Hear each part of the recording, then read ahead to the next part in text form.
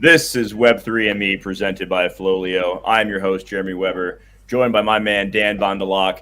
On today's show, we are going to throw a little funeral for some NFT projects that we don't think are going to make it through this bear market. We're going to break down what we're looking for when it comes to these projects, why we don't think that they're going to survive. Might name a few, not trying to, FUD anything, but just being honest here, and talk a little bit about, what we think the project will be that are going to be successful through this market. We're going to do a quick recap as well. As always, please hit that like button, subscribe to our channel so that more people can see our content. And as always, none of this is financial advice. Please do your own research beyond what Dan and I say. With that all being said, Dan, how you doing today? Doing good. It's way too hot here in my country, so but Okay. markets are doing okay. Crypto is doing all right. So That's really I'm being decent. optimistic of you there, Dan. Yeah. It's doing all right. It's we saw people are interesting. Like back in November, everyone was calling for ETH to go to 10K. Now everyone's saying ETH is going under 1,000. Yeah. So I kind of think that ETH isn't going to go under 1,000 just because everyone's expecting it right now. Mhm. So I've started to dollar cost. We talked about we took profits. I've taken some money off the table for life stuff, but I've also started dollar cost averaging back into ETH at right around this price point. Could it go down to $700, $500 like people are calling for? Sure. Could it not? And we get back to 2K sooner than a lot of people think. That's also a possibility. So I'm not trying to predict the bottom. I'm just going to start moving some money back into ETH, which also means that I'm going to start doing a little bit of NFT shopping again. So let's do a quick recap of the last 7 days. We've seen activity flow back toward some of the higher quality projects, right? Like this Mhm. time last week, we were talking about just really, really awful projects like shit beasts and Mhm. all these derivatives of elves and or goblins and poop derivatives, all that stuff. But we've started to see it consolidate back into Bored Apes, Mutant Apes. Clone X has had a great run since we did that video a few days ago. They were as low Mhm. as 7 ETH. Now they're Yeah. almost back to 10. This number for CryptoPunks is wrong. They're right around 48. Moonbirds have held up very well. They're still at 19, which I think is impressive. Azuki just under 10, also impressive. So we scroll through some of the stuff. We see some more speculative ones that I don't know we're going to make it or not. Doodle's still hanging out around 11. So what are your thoughts on the current state of the market and what we've seen in the last few days? It seems very condensed, right? Like Yeah. there's volume, but it seems to be very, very high end right now. There's Mm-hmm. no real in between. It's mainly the top projects. There's still some few like derivatives or you know newer projects, and then it's just like nothing. Like it's very, very top heavy. It seems. Yeah, Goblin Town's still hanging out up at the top for 7 day volume, or not 7 day volume, but they're still on that chart. Yeah. So if we look at a lot of these projects, like I said, mainly high quality ones. Goblin Town saw a lot of volume off of the announcement of who the founding team is. It was really weird. Like the floor went back up to 5. It was announced Yeah. that it was the team behind Truth, not Yuga, which I mean, if you were paying attention, you knew it wasn't Yuga. And then people panicked because it wasn't Yuga. So that whole situation was really weird. I think I think they're gonna do some cool stuff with it. We'll kind of see. We'll see with Goblins. I'm not sure what they're doing for NFT NYC, but if they do a cool in-person experience, that could definitely build some confidence in that project. Would be cool. Maybe a little bit too short term. Do you know if they're going to NFT on MSC? I believe they are. They're doing something. I don't think they That's good have announced exactly what yet. because they're quite So new. So yeah, it's or at only least been about a month now. were they or were they around for longer without people like buying into it? No, I Would you happen think to know? they've been around for they minted out on a Saturday. I think it was like four Oh. weeks ago, 4 or 5 weeks ago. Mm. So we've seen that volume, but yeah, a lot of projects aren't minting out, right? That are dropping right now. I think a lot of Mm. projects are waiting till things kind of settle down a bit. What do you think it would take at this point? I'm just kind of putting you on the spot here, but what do you think it would take for a project to mint out right now? Could you say that again? So we've seen some projects that have really struggled to mint out over the last few weeks, Yeah. whether it's new projects or whether it's companions like the Lion Cubs from the Lazy Lions project. So like at this point in time, with the current state of the market, with how bad sentiment is, do you think it's Hmm. even worth releasing a new project? And if so, like what kind of things would you be looking for if you were a founding team? Like what would you be trying to do? Like cutting Um, supply maybe? I'd say maybe lower mint price. That we're still seeing a lot of projects that are. Because what was the one, the bubble pop or something? I don't know if you've heard of it. Something with pop or something, and they were like, Okay. yeah, 1.5 ETH guys, and they didn't sell out, and One they and were a like, half. so it's something like that, and they were like, we need to get this amount of money raised, or else we're not gonna continue the project. Stuff. And Wow, that's not a good look. yeah, so I think they decided on like a lower mint price or something weird. But anyway, I think that, and this time we've seen that the free mints are doing pretty well, and I still kind of like the idea of a free mint project just because it's like hey, we're giving this to you for free, and then we'll work for the secondary like volume, right? Because that's the only way they can get money, which I think is Hmm. pretty like interesting to think about, because it's not like you're doing like a point one sale, sell 10K, make hella bank, and then secondary volume is kind of whatever, right? It doesn't really give that much compared to the mint price. So I like the idea of a free mint and then having to really work for the secondary volume. Yeah, we did see the Lacoste NFT project Mm-hmm. mint out for like 0.08, and current floor on that is zero point 0.3. So there's still people Mm-hmm. out there willing to put skin in the game. I think that kind of goes to a bigger belief right now too of like more people trusting bigger teams to run projects and a little bit more concerned with smaller inexperienced teams right now. One thing that, and this will tie right in, we'll segue right into our main topic of like which projects are going to die during this bear market. One thing that is really important to be aware of that unfortunately we don't have enough transparency with is the teams that are running these projects, what their background is from a financial standpoint, and Yeah. how they're allocating their funds. Like this is not like investing in a stock where you get like a quarterly report of what's going on.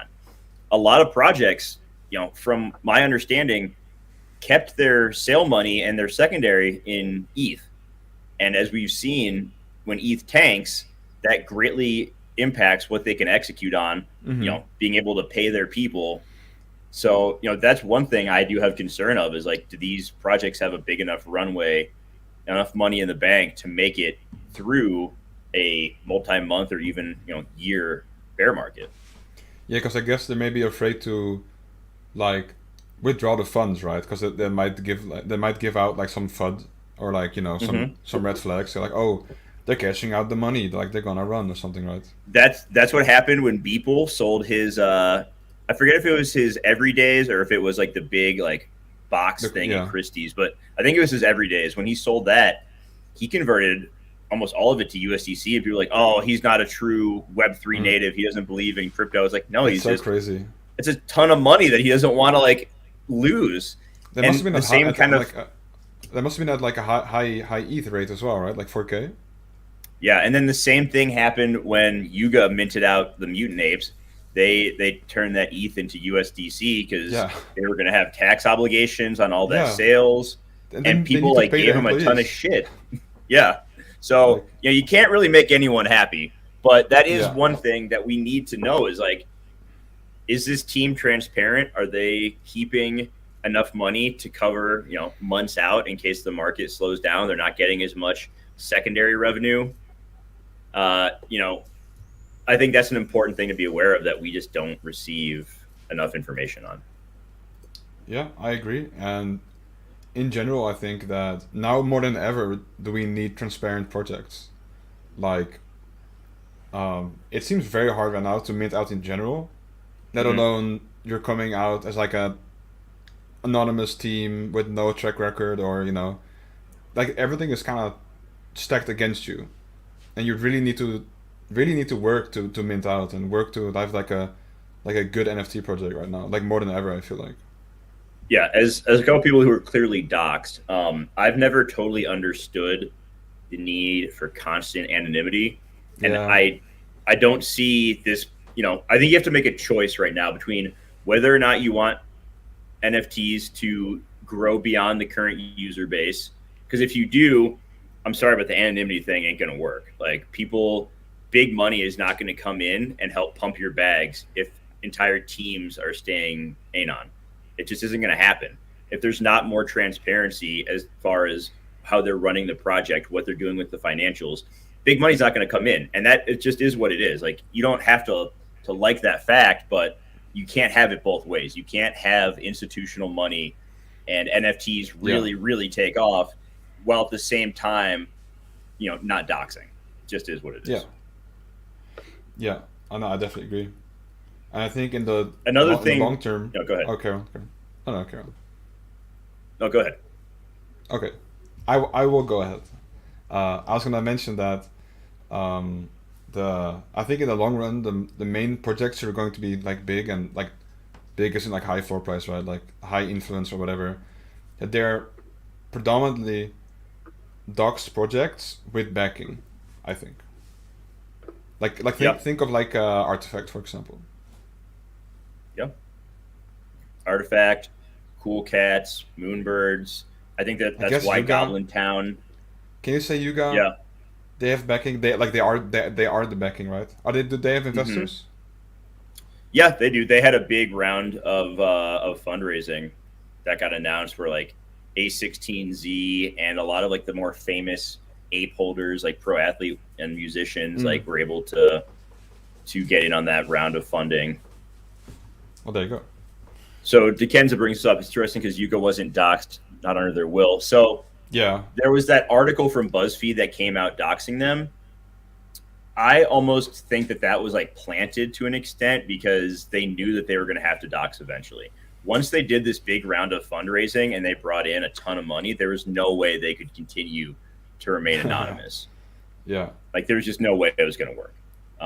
For the reason that I just said, like, you can't have that kind of fundraise. So, another thing that I'm also looking at right now is how are different communities, and we always hear like everyone throws around community as like a kind of a joke word, because the community aspect is a joke in a bull market, because it's easy to have a strong community when floor price goes up. Yeah. But how are the communities handling things, and how are they interacting with each other and with other communities while the prices are going down?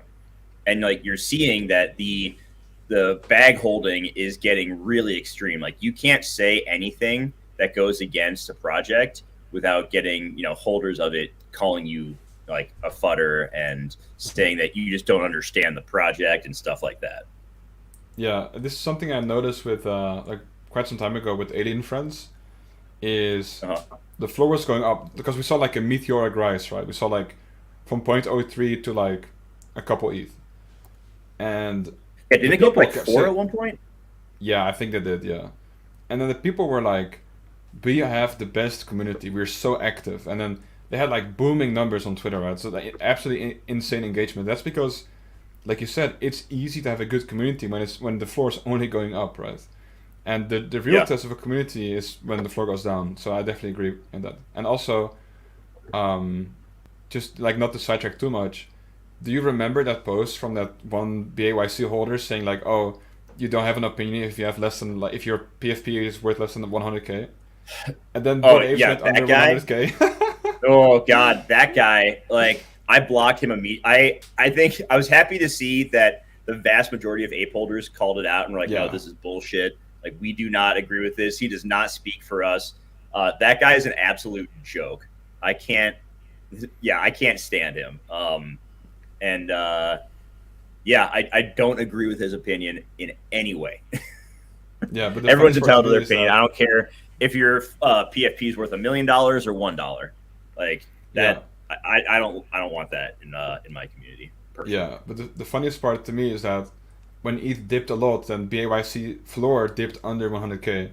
So at one point, his own opinion wasn't even worth it, like according to himself. So he got roasted when that happened. Yeah, even more so. Yeah, I love it. Yeah, I think communities will get through. Yesterday we were joined by Effie. If you want to learn more about Pixelverse and Sappy Seals, check out yesterday's show. It was a really good one. But that's one project where I'm actually very confident in long term, because like the Sappy Seals community is they're out here to have fun. They believe in the project long term. That project has held a zero point 0.6 ETH floor for many months now, just kind of chilling there because a lot of them are being staked. And they just like to hang out and post memes and joke around on Twitter. And I think those are the kind of vibes that get you through these tough periods. You know, the team behind it is absolutely busting ass to continue to build and try to make a strong project. And the holders are just having a good time and not super concerned about the fact that they haven't gone to a 5 ETH floor, even though they think they might be worth that. So those are a few things to keep an eye on. So let's get into the part that will piss off some of the people. What are some projects that you don't think are going to survive the next 6 months maybe, or the next year? We'll start off by just saying pretty much all derivatives are not going to make it. So if you hold a big bag of derivative projects and you got like some wrapped ETH offers on those, not financial advice, maybe just accept that offer and move on with your life, because those projects are not going to last. They have to add something, right? Like, I personally can't think of any derivative, like at least like a straight derivative, right? Like literally like ape Zookies, or lady MFers, Lil Poop MFers or something, right? Like those like combinations of two projects, they're not gonna do well. Like, no. Or anything Kevin. Okay, it's time to stop, guys. No more Kevin. Yeah, and you remember Kevin? That was a wild time. Yeah, and I had to fight people and say, yeah, I had to like fight people and say, guys, look, this meme is gonna die in a week. Okay, because this one Kevin Punks, I think, did insanely well. 500 assets, all Kevin Punks, and I think their floor went up to like a 2-3 ETH. And there was some guy in like a Discord server, and he bought like a few of them, and he was like, nah, it's gonna go to like 10 ETH easy. And I was like, it's gonna be gone in like a week. It's gonna be gone in like a week. And now no one's talking about it anymore. It's just like, in 1 year from now, what do you think the price of one of the actual Kevins is going to be? Like below zero, I think. You think so? I'm going to pull up, like a genuine Kevin, like a Pixelmon Kevin, like a Gen 1 Pixelmon Kevin. The floor of Pixelmon is still 0.22, by the way, which is just absolutely ridiculous. If Pixelmon actually works on what they're doing and somehow manages to create a decent, like half decent game, I think Kevin's would probably be worth like more than the legendaries. Just so you know, the current floor on a Kevin is 3 ETH still. Yeah, and the worst part is that they're actually still being bought, I believe. I think I checked like a month ago, or less than a month ago, and I saw they were still like getting like sales here and there, which is wild, I guess. Yeah, but that is really wild. Yeah, there have been quite a few Kevin sales in the last few days. So yeah, the Kansas, I believe they are like ETH. Huh. I believe they are working on Pixelmon, but I mean, let's just say that it's not gonna be what everyone thought it was. Yeah, well, yeah, they're allegedly working on it, right? Allegedly working on it. Yeah, I'll believe it when I see it. Yeah. Exactly. Okay, so the derivative projects not gonna make it. Another one that I think is not gonna make it is gonna be the Lazy Lions, which the Lions are going to get upset about that one, but I don't think Lazy Lions are gonna get through. We saw how poorly the Cubs drop went. How they had to reduce supply, reduce the floor. It got a lot of bad feedback because it just felt very cash grabby. And it used to be where like you opened a Twitter thread and it was nothing but Lazy Lions in there. And they were touting like the bungalows, which is just basically a Twitter banner. And since then, like really nothing has happened. So that is one project that has been around for a little while now that I don't think is going to make it. Yeah, so this is something we talked about before we started this show, and that projects who got like a rise in floor price way back because all they did was just like raid Twitter threads. And eventually got some notoriety through that. Most of those projects are going to fail, and that's because they don't really have anything to add, really. Yeah, remember like humanoids? Like that was another one that like showed up in the Twitter threads. And I liked how they looked as well. But yeah, I wonder what they've been up to. I assume not much, but because Yeah. they're like a All right, give punk us another. derivative, right? Do you know? I don't know. I got like a few tweets of mine rated by them, and I just kind of muted most of the people from there because it was annoying. So I'm not really too sure Yeah. about that one. What's another project that we can go ahead and lay to rest now, Dan? Yeah. So I think in the same line as Lazy Lions, I think we might be seeing Dogepound do poorly in long term because, like I mentioned, they originally saw a rise because they flooded Twitter like absolutely insane, and I think at one point in time they had a lot of utility, a lot of good alpha, I believe, and really good whitelist stuff as well. I think the Dogecoin holders even got whitelist like the Journey thing. Um, Unsure if that's correct though, but and I think we looked at the floor quite some time ago. Maybe you could look it up. Um, and it was not doing well. It was just like a steady decline and no real volume. And I don't recall ever seeing them again like the top 400 like volume or something. Which and Let the me. bar is Yeah, I'm low. gonna go. I want to look. I'm gonna pull this up on the site.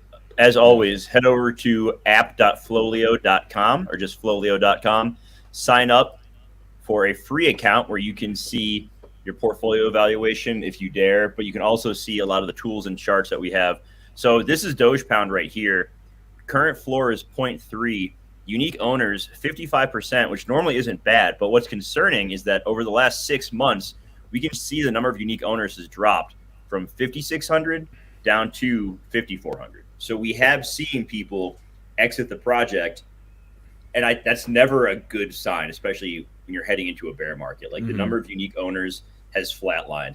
We look at sales volume; it is very low. Over the last 6 months, we had a few big days where there was 91 and 80 ETH traded, but since then, we've seen days at about one ETH has been traded That's of three that project. sales. Yeah. That's not good. Yeah, that's three Yeah. sales in the span of 24 hours.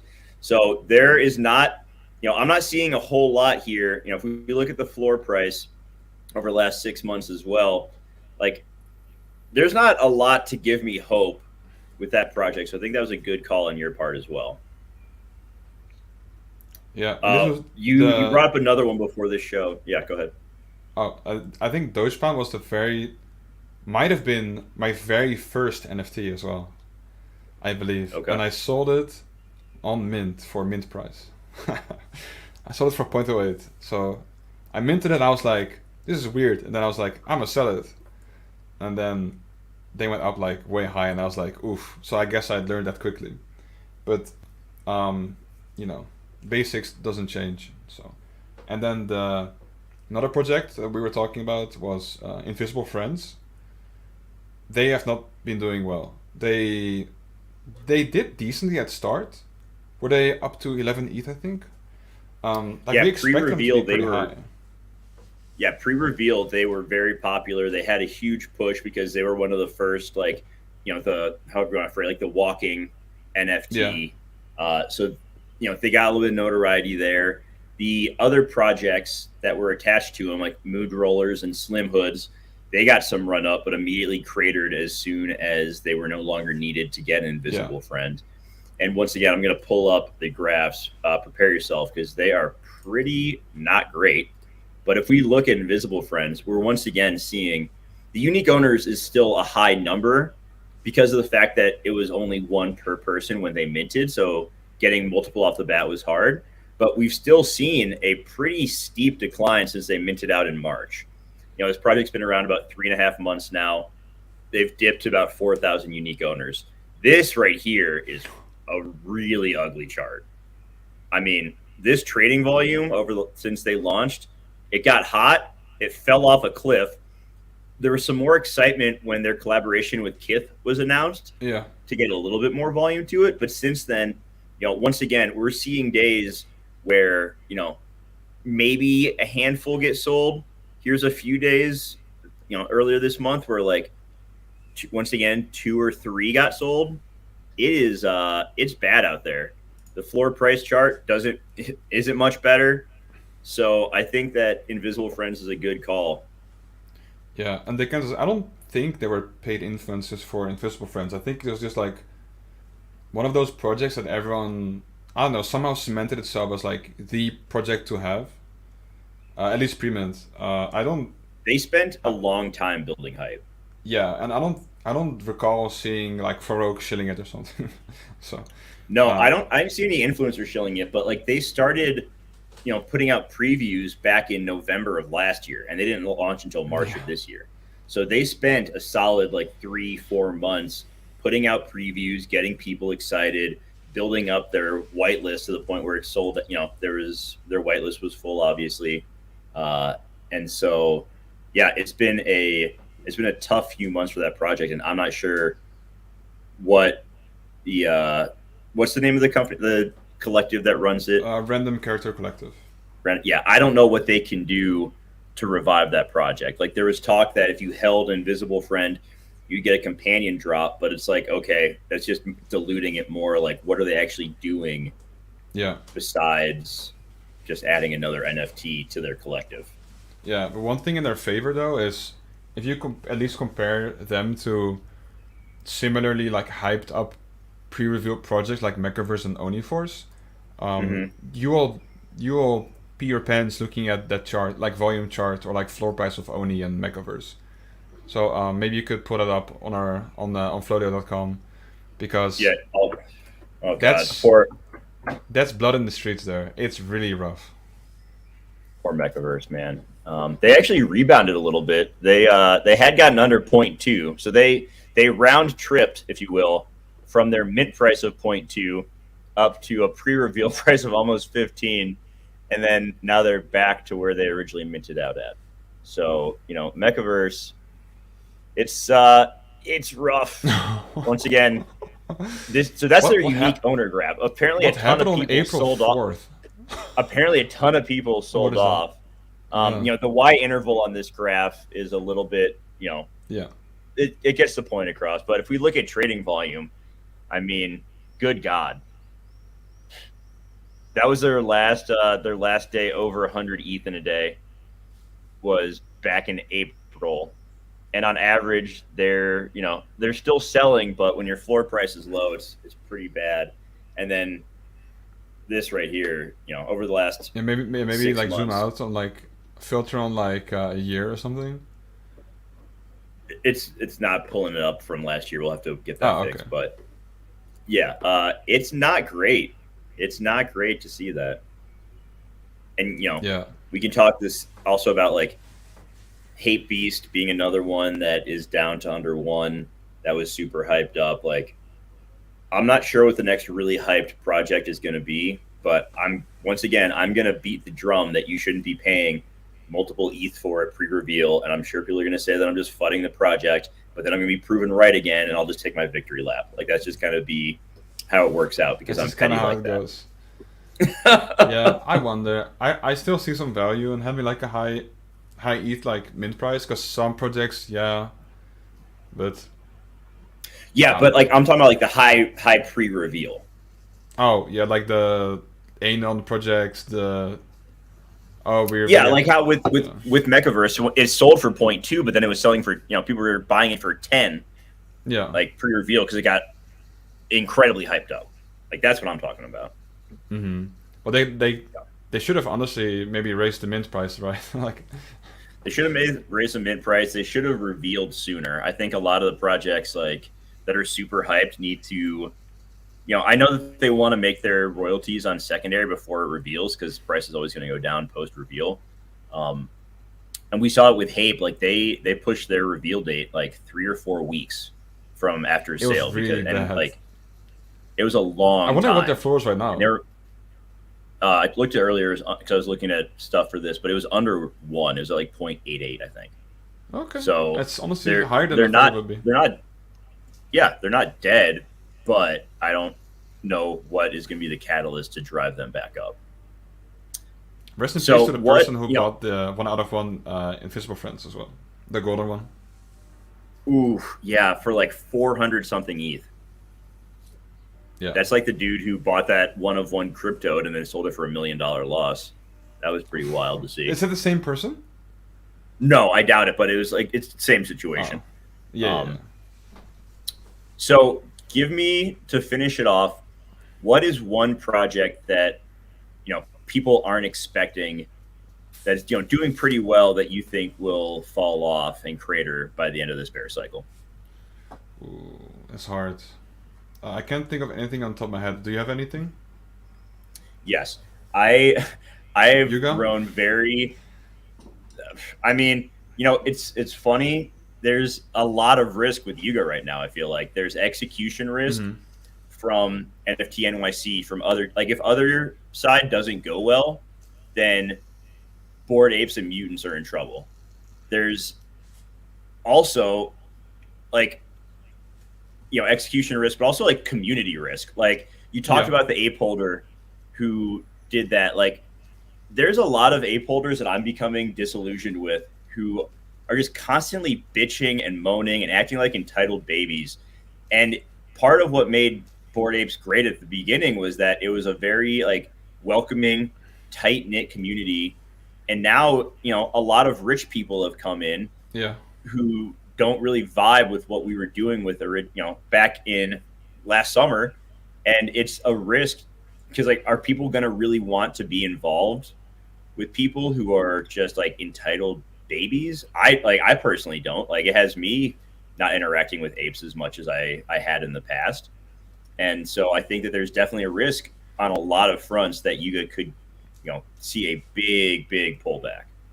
Yeah, and one of the things that also come with the floor being this high is that, like you mentioned, some like celebs could buy in, or people with a lot of money buy in, who aren't quote unquote part of the NFT community. They don't really interact with anything. They just buy in and hold it. It's essentially like burning the NFT, right? Yep. You lose a member of the community, which over Yep. time can leave you pretty like dry as in terms of people talking about it, or people doing stuff with it, like the Creative Commons. Yeah. There's still so many great ape holders. You got like Jenkins the valet. You got Mm. these people who are actually doing stuff with Yeah. their apes, but that is becoming less and less common. And the norm it has become a lot of people who just have money, who feel like because they bought their ape for a lot that they're in. Like the biggest thing to me lately was the Ape Fest ticket debacle, where like Oh, yeah. some holders who had a ton of apes were like, I should automatically get into all 4 days. And it's like, I guess, but we're also like, can we not just realize that like everyone should have a chance to like go experience Ape Fest for at least one day? Like that was a big point of contention that I found to be really irritating. So that is what I think is a risk for Yuga. Another project that I think uh, has a chance to not do well long term is Pixel Vault, and they have so many. It's so confusing, Yeah, very convoluted, and right? the community. It's to me, I think it's one of the worst communities out there. I've never like a lot of the big Pixel Vault holders. It seems like they're not willing to admit that they're in the middle of the biggest Ponzi in all of NFTs. I mean, look at you got you got the Founders DAO, you got Mint Pass One, you got Meta Heroes, you got the core Meta Heroes, The you planets or got something? you got like what 9 different planets, 10 different planets, you got the different comics, you have 2 different tokens, you have the Mint Pass 2. I mean, look, it's an obscene amount of stuff for this one project that no one really seems to understand. And I don't get good I don't get good feelings from the team running it either. I Yeah. think that they're fairly elitist, and I'm not a fan of the way that they communicate and the way that they do things. So to me, I don't care that they raised $100 million. Like that doesn't mean that they're incapable of failing. So that would be one project that the meta hero identities are at like 1.8 right now. I wouldn't be shocked to see that go under 1 here in the coming months. Yeah, and like you said, just having money isn't sufficient, right? Look at No. Pepsi, for example. Pepsi has hella money. Mhm. How's their project doing? The mic stand or mic drop, I think. The mic drop. Yeah. I'm willing to bet not very good. You know. What are a few of the projects that you're most confident in right now? That's just gonna be the same stuff I always talk about. Honestly, it's gonna be Okay. the classic Wolfgame and Llamaverse. Okay. Um, For Nothing really me, it's changed for like me. I don't, and these are ones that I don't hold yet, but CloneX and Doodles, I Yeah. Oh yeah. still think Yeah. have they've brought on good partnerships and strong leadership. So I Mm. think that those are two projects that are, could they see their floor go down? Absolutely. But I also think that they'll continue to reward holders, and that those are, I keep going back and forth of like, do I want to just hold some of this ETH, or do I still think it's worth deploying it into NFTs because they're going to store that value with upside potential as well? Yeah. Um, it's hard. I think that clone if the NFT market in general does well, then CloneX will definitely go up. If the general NFT market does poorly, then I think CloneX might like stagnate and go down a bit. But in general, it's a really good bet if you believe in the NFT like scene in general.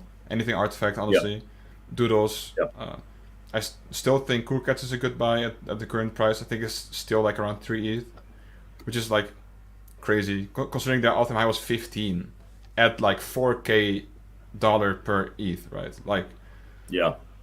that's like we are talking. You're talking about like a 50K floor, and now it's like a what even is that like a 4K floor or something? Like it's the difference is insane, and I still think.